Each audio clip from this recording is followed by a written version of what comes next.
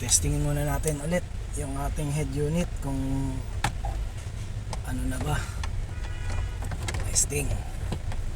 So ayun, testing natin. Ay sorry, naka pala yung aking USB. Ito, testingin natin. Isa pa ulit yung USB.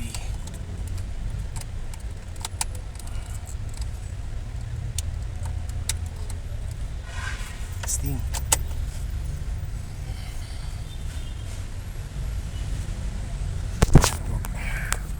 Tingnan natin kung gagana. Sana okay na. So ayan, gumagana. Gumagana siya, di ba? Nakataas yung handbrake. So testingin ko na ibababa ko yung handbrake. Subukan natin. Yun, wala na. So okay na siya, na bypass na po natin.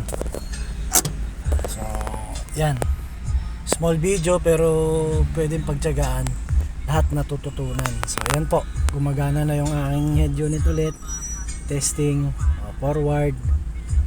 Yan, nakataas yung handbrake, ibababa ko yung handbrake. Okay na po siya.